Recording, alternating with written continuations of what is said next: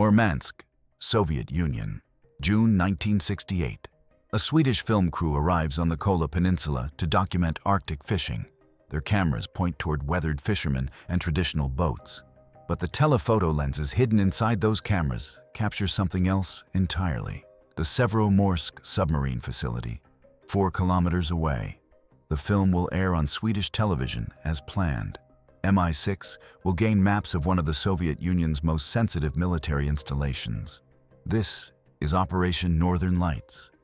And for 5 months, the crew operates under constant Soviet supervision without raising a single question. The operative who conceived Operation Northern Lights entered MI6 in 1952 with an unusual background. David Ashford, the name intelligence files would later redact, had spent 3 years as a photojournalist for The Times before recruitment. His formative moment came in 1951 while photographing dock workers in Liverpool. A Soviet defector appeared in the background of one frame, meeting his handler. MI6 analysts found the image before his editor did.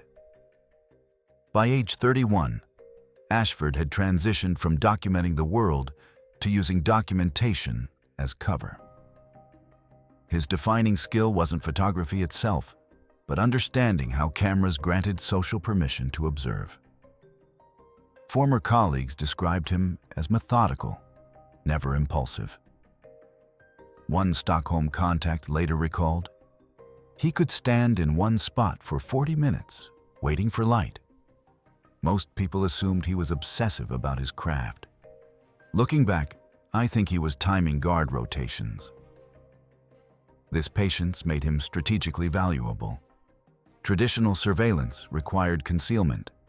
Ashford's method required the opposite: complete visibility under a plausible explanation. Intelligence services would spend the next decade refining what internal documents called credential-based access. Using legitimate professional roles as operational covers, MI6 had tracked Soviet submarine development since 1955. By 1965, analysts concluded the Kola Peninsula installations represented a critical intelligence gap. The Severomorsk facility housed the Northern Fleet's ballistic missile submarine force. NATO needed specifications: missile storage configurations, submarine pen dimensions, security patrol patterns. Satellite imagery provided overhead views, but missed crucial details. Ground surveillance meant infiltration, which Soviet counterintelligence had grown exceptionally skilled at detecting. The authorization to develop an alternative approach came in March 1966. MI6's intelligence doctrine during this period prioritized what planners called contextual camouflage. The logic was straightforward. Official permission eliminates suspicion more effectively than any concealment technique. Operations built on legitimate frameworks, academic research, cultural exchanges, commercial ventures, could access targets that traditional espionage couldn't approach. The Severomorsk base presented a perfect test case. Soviet authorities welcomed foreign media that portrayed civilian life positively. A documentary about traditional Arctic fishing would align with cultural diplomacy goals. The mission required no border violations, no recruited assets, no dead drops. Just cameras filming exactly what they claimed to be filming, with one technical modification. The obstacles seemed insurmountable. First, Soviet minders accompanied all foreign journalists throughout their visit. Any deviation from approved filming locations would trigger immediate investigation. Second, the Severomorsk facility maintained a 4-kilometer exclusion zone around all military installations. Telephoto lenses capable of bridging that distance would be obvious if discovered. Third, the operation required months of sustained presence. A short visit would yield incomplete intelligence. Extended access meant building relationships with Soviet cultural authorities, which took time and invited deeper scrutiny. Despite these challenges, planners identified a vulnerability: The exclusion zone extended from the facility itself, not from approved civilian areas. Fishing villages dotted the coastline, some within direct sightline of submarine pens across the water. Soviet regulations focused on preventing approach, not preventing observation from established settlements. The documentary's subject matter, traditional fishing, required filming in exactly those coastal villages. If the crew could develop telephoto technology that appeared identical to standard documentary equipment, they could photograph military installations while ostensibly capturing fishing boats. Within 8 months, all technical elements would be in position. But first, the cover identity needed to withstand Soviet background verification. The human element of Operation Northern Lights centered on a fundamental deception that would test every operative involved. Ashford understood that maintaining a false identity for 5 months under constant supervision required more than memorizing biographical details. It required psychological transformation. During the operation's 3rd month, he experienced what handlers later called legend drift, the moment when the fabricated identity began feeling more authentic than his actual life. It happened during a conversation with their Soviet minder, Viktor Sokolov, about documentary filmmaking philosophy. Ashford found himself genuinely defending aesthetic choices for the fishing documentary, passionately arguing about light composition and narrative structure. He realized, mid-sentence, that he cared about the fictional film's quality. The persona had begun absorbing the person. In his post-operation psychological debrief, the assessment noted, subject demonstrated concerning attachment to cover identity, suggesting extended operations of this type carry significant risk of dissociative episodes. But the mission continued. The commitment to the role was precisely what made the deception work. The target of this intelligence gathering, the Severomorsk facility itself, existed as a classified city on Soviet maps. Intercepted communications from April 1968 reveal the base commander discussing his daughter's upcoming university entrance exams with his wife. Analysts noted nothing operationally relevant in the exchange.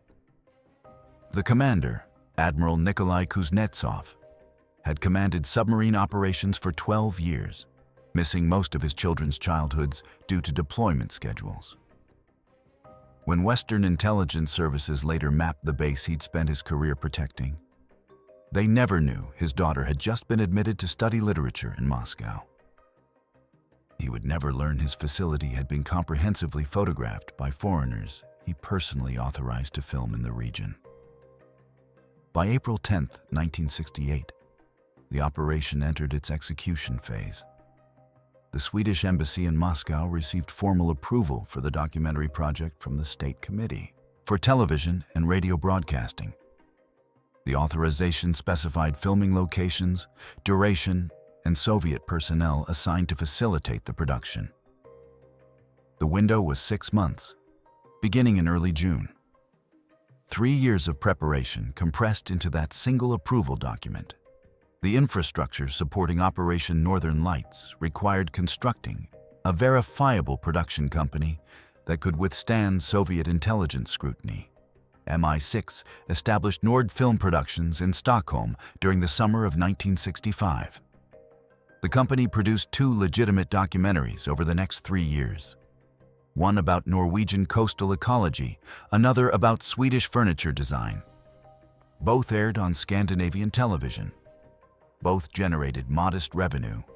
Tax records, business registration, office lease agreements. Every document was authentic. The company employed actual filmmakers who had no knowledge of its intelligence function. When Soviet cultural attachés in Stockholm requested information about Nordfilm's Arctic fishing project, they found a production company with a verifiable 3-year operational history. The team consisted of 6 MI6 officers, each with legitimate filmmaking credentials predating their intelligence recruitment. Operational Directive Northern Lights 07 designated roles by function rather than names. The director role went to the operative with documentary experience, Ashford. The cinematographer was a former Royal Navy photographer who understood maritime surveillance. The sound engineer had spent 4 years in signals intelligence. 2 researchers had linguistic backgrounds in Russian and Sami languages.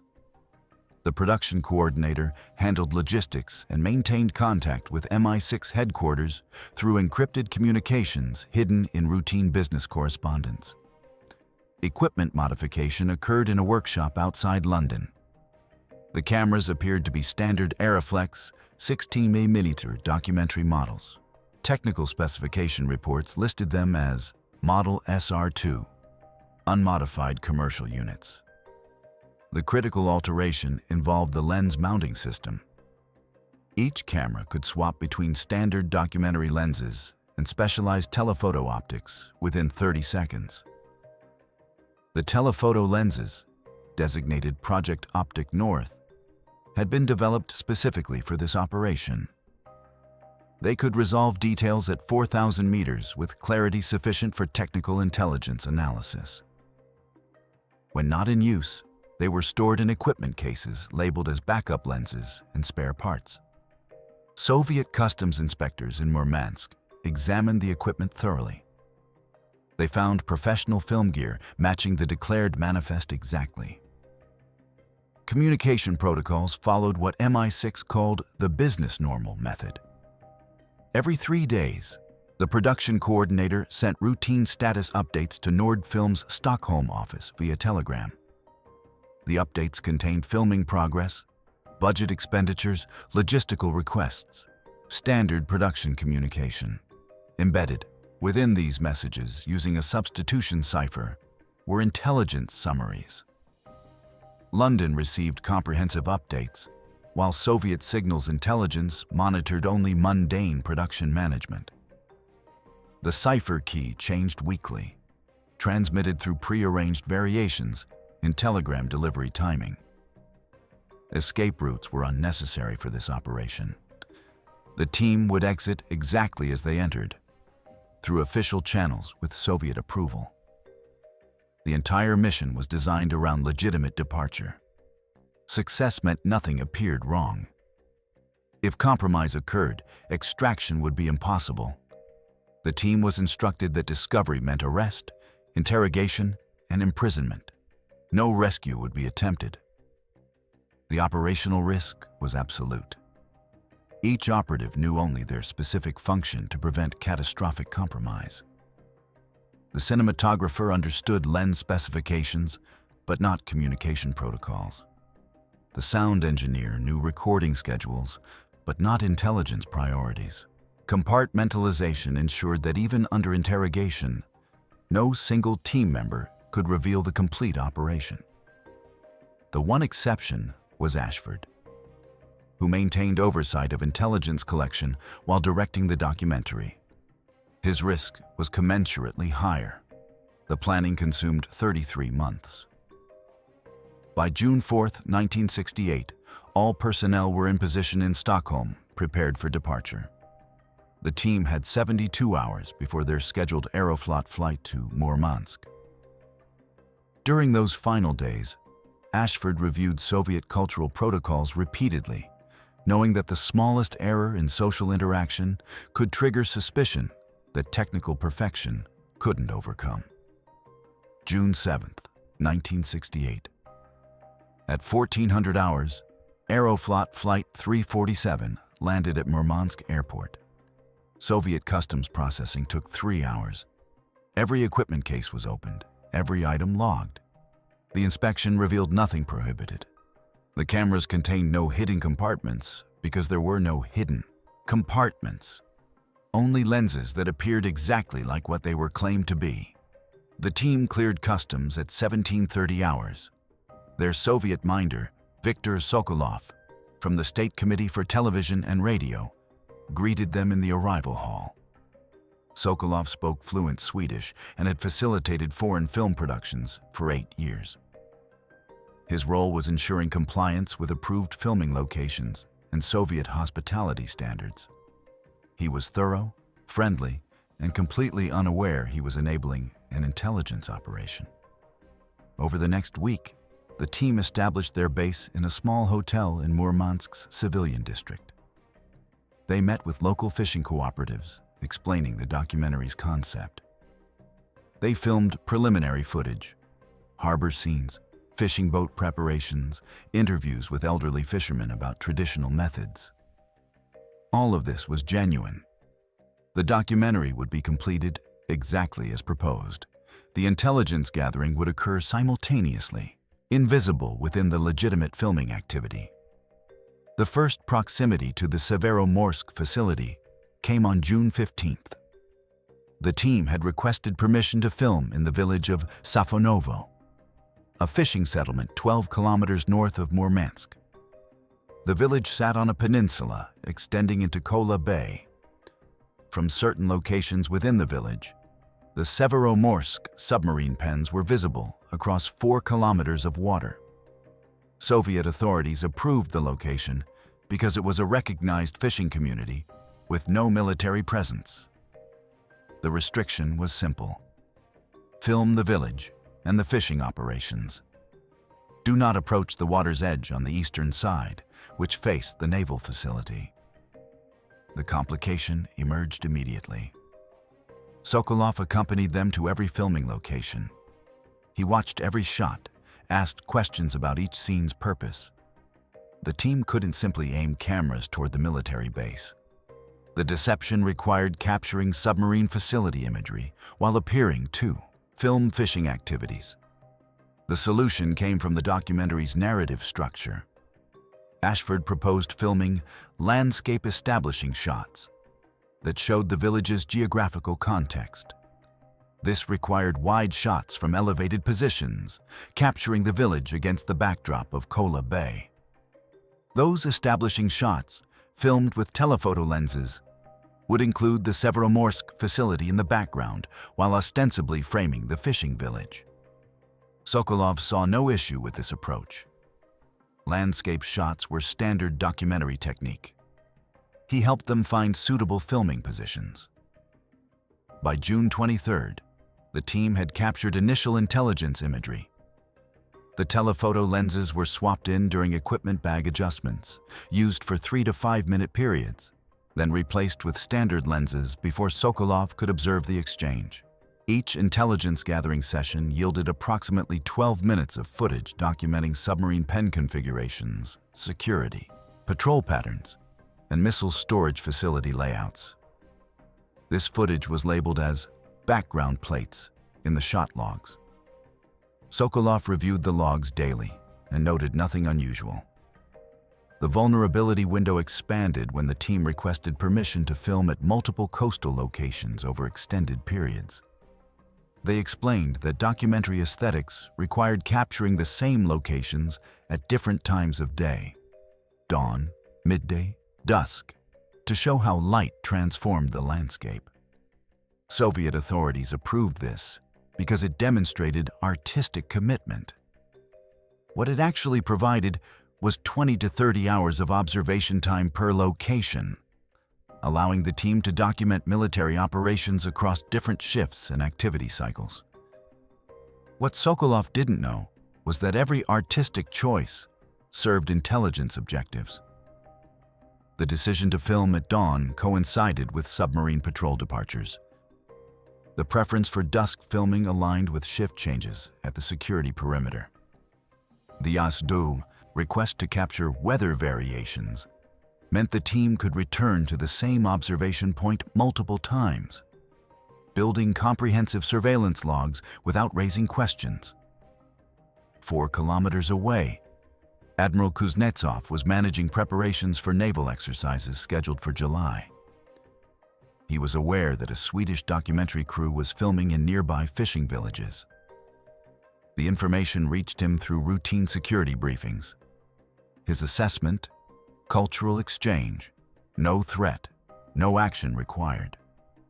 His attention focused on submarine deployment schedules, not on camera crews capturing fishing boats. The method about to be used involved a technical capability Soviet counterintelligence had no framework for detecting. Traditional espionage used concealment.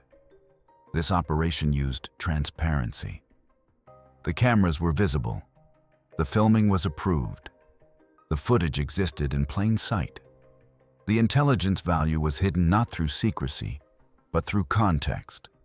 Military imagery embedded within civilian documentation, indistinguishable unless you knew which frames contained strategic information.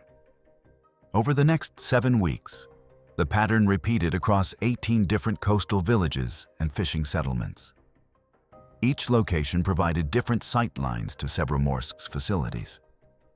The team filmed hundreds of hours of documentary footage. Embedded within that footage was comprehensive photographic intelligence. Submarine pen dimensions measured through reference objects, patrol route timings documented across multiple observation cycles, missile storage configurations mapped through sequential imaging. The operation's critical phase began on August 12th. Soviet authorities granted permission for the team to film from a research vessel belonging to the Murmansk Marine Biological Institute. The vessel conducted ecological studies in Kola Bay, and the documentary proposed filming fishing techniques from a maritime perspective.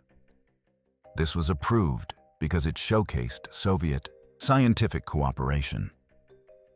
What it actually enabled was mobile observation positions that could approach within 3,000 meters of the submarine facility, while operating under official Soviet supervision. The research vessel departed Murmansk harbor at 0600 hours on August 14th. Ashford, the cinematographer, and Sokolov were aboard, along with 3 Soviet marine biologists. The filming plan called for documenting how modern research vessels coexisted with traditional fishing methods. The intelligence plan called for capturing submarine facility imagery from previously impossible angles. At 0830 hours, the vessel reached its research station position. The location was 1,500 meters from the nearest fishing nets, 3,200 meters from Severomorsk's southern submarine pens. The cinematographer set up cameras on the vessel's upper deck, ostensibly to film fishing boats against the morning light. Sokolov stood beside him, discussing shot composition. The telephoto lens swap occurred during a camera magazine change, a 30-second procedure that happened 14 times that morning as part of normal filming operations.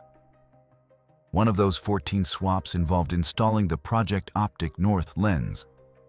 The footage captured during that 12-minute period documented submarine pen security protocols with unprecedented detail. Guard positions, vehicle movements, access procedures, all recorded while Sokolov discussed the aesthetic merits of backlit ocean scenes. Total intelligence gathering time during the vessel filming: 47 minutes across 3 days.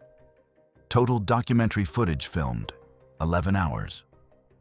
The ratio made detection essentially impossible. By September 3rd, the team had completed filming in all approved locations. They had accumulated intelligence that would require 3 months of analysis in London. The documentary contained 214 hours of footage. 43 of those hours included embedded military intelligence. The remainder was exactly what it appeared to be: a comprehensive documentary about Arctic fishing traditions. The final positioning before extraction occurred during the last week of September. The team needed to ensure all footage was prepared for transport without triggering customs scrutiny. The film canisters containing intelligence imagery were labeled identically to those containing purely documentary footage. There was no technical difference. Both contained legitimate film that had been legitimately exposed. The distinction existed only in content, which couldn't be determined without screening every frame. Soviet customs wouldn't screen footage from an approved cultural project. The team had designed the operation so that successful completion required no deception during departure, only during the filming process itself. September 28, 1968, 1400 hours. The team arrived at Murmansk Airport for their return flight to Stockholm. Sokolov accompanied them, carrying a letter of commendation from the State Committee for Television and Radio, praising the crew's professionalism and cultural sensitivity. Customs inspection took 90 minutes. Every film canister was logged. None were opened. The documentation showed a foreign film crew departing with the footage they had come to capture. At 16:15 hours, the team boarded Aeroflot Flight 351 to Stockholm. Ashford's final conversation with Sokolov occurred in the departure lounge. They discussed plans for the documentary's broadcast, potential future collaborations, the beauty of the Kola Peninsula. Sokolov expressed genuine hope they would return someday. Ashford thanked him for his hospitality, meaning it sincerely while knowing the documentary Sokolov had facilitated would air exactly as promised, hiding intelligence that would inform NATO's strategy for the next decade. The contradiction, authentic gratitude for enabling a deception, created a psychological tension that Ashford's debrief would later describe as morally destabilizing. During the flight, no team member discussed the operation. They maintained their documentary crew personas until reaching MI6 Stockholm station. The compartmentalization held. Even among themselves, they remained the people they had pretended to be. The extraction was complete. The intelligence was secure, and nobody in Murmansk suspected anything had occurred beyond a successful cultural exchange. By October 5, 1968, MI6 analysts in London had begun processing the intelligence. The footage arrived through routine film shipment channels, Nord Film Productions receiving its own documentary footage from location filming. The analysis consumed 8 weeks. Frame-by-frame examination identified submarine pen specifications, security patrol timing patterns, missile storage facility configurations. The intelligence confirmed what satellite imagery had suggested. Severomorsk housed 12 ballistic missile submarines, with capabilities exceeding NATO's previous estimates. Every detail MI6 had sought was documented in the footage. Official reactions to Operation Northern Lights were non-existent because the operation remained undetected. Soviet counterintelligence never investigated the documentary crew. Nord Film Productions completed post-production work in Stockholm. The documentary, titled Arctic Horizon, The Last Traditional Fisherman, aired on Swedish television in April 1969. Critics praised its cinematography and cultural authenticity. Audiences found it moderately interesting. Viewership ratings were average for documentary programming. Sokolov received a copy and sent Ashford a congratulatory letter. The film won no awards and disappeared from public consciousness within months.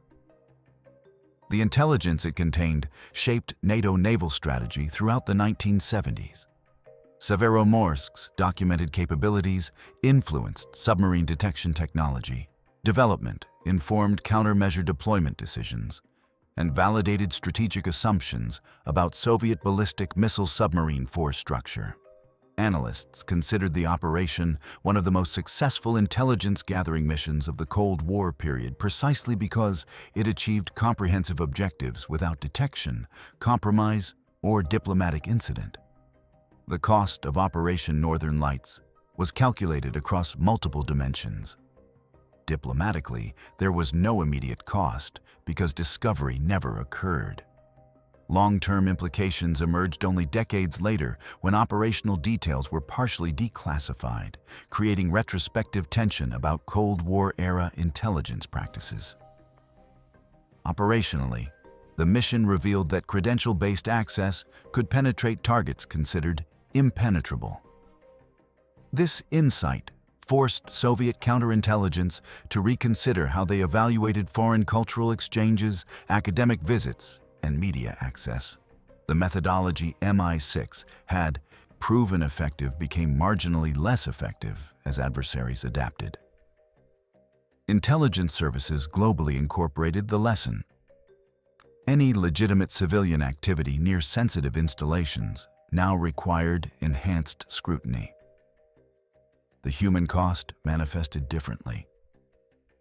For Ashford and the team members, the consequences were psychological rather than physical. Extended deception operations of this type created what intelligence psychologists termed identity fracturing. Difficulty distinguishing authentic self from operational persona. Post-mission debriefs documented varying severity. 2 operatives returned to active duty after standard recovery periods. 3 requested reassignment to analytical roles, finding they could no longer sustain field operations requiring sustained deception. Ashford left MI6 in 1973, 5 years after Northern Lights concluded. His file noted, "Operative demonstrated exceptional capability, but sustained psychological impact from extended legend maintenance. Assessment: unsuitable for future operations requiring comparable identity immersion." For Viktor Sokolov, the consequence was unknowing. He never learned he had facilitated an intelligence operation. He continued working for the State Committee for Television and Radio until his retirement in 1984. When Soviet counterintelligence eventually identified that Severomorsk had been comprehensively photographed during the late 1960s, they never connected it to the Swedish documentary crew. The investigation concluded that satellite imagery had been more sophisticated than previously understood. Sokolov's professional reputation remained intact. He died in 1997, unaware of his operational significance. MI6's assessment was that the intelligence value outweighed the costs. The submarine facility information enabled strategic advantages that planners considered critical to maintaining naval parity during a period of rapid Soviet military expansion. Whether this calculation proved correct became clearer over the following decade as NATO's submarine detection capabilities evolved in direct response to specifications documented during Operation Northern Lights. The strategic impact was measurable. The mission succeeded by every operational metric. But success created its own paradox. Was Viktor Sokolov betrayed or simply performing his assigned role in a geopolitical system where trust itself was a tactical asset to be exploited? One perspective argues he was a victim of deception, manipulated by foreign intelligence services that violated the cultural exchange he genuinely facilitated. The evidence: he operated in good faith, providing assistance to what he believed was a legitimate documentary project, and his trust was systematically exploited for 5 months. Another perspective argues he was a participant in Cold War intelligence dynamics, where every interaction between adversarial nations carried implicit strategic dimensions. The evidence: he represented a state, security apparatus. His facilitation role existed within that context, and operational outcomes were predictable consequences of geopolitical competition. The answer reveals more about your worldview than about the operation. If you prioritize individual trust and interpersonal ethics, the deception appears indefensible regardless of strategic justification. If you prioritize national security imperatives and strategic intelligence requirements, the operation appears as necessary tradecraft in an era of existential threat competition. Both positions have factual support. Neither fully resolves the moral tension. What's your take on whether espionage operations built on total deception can be ethically justified when they exploit individuals acting in good faith? The operational success is documented. The strategic value is measurable. The human cost, psychological and relational, is real. Where do you draw the line between necessary intelligence work and indefensible manipulation? Drop your perspective in the comments. If this story made you reconsider the human cost of intelligence operations beyond the operatives themselves, hit that like button and share this with someone who thinks espionage exists in moral binaries, rather than in the complicated space where trust becomes a weapon and every handshake carries strategic calculation.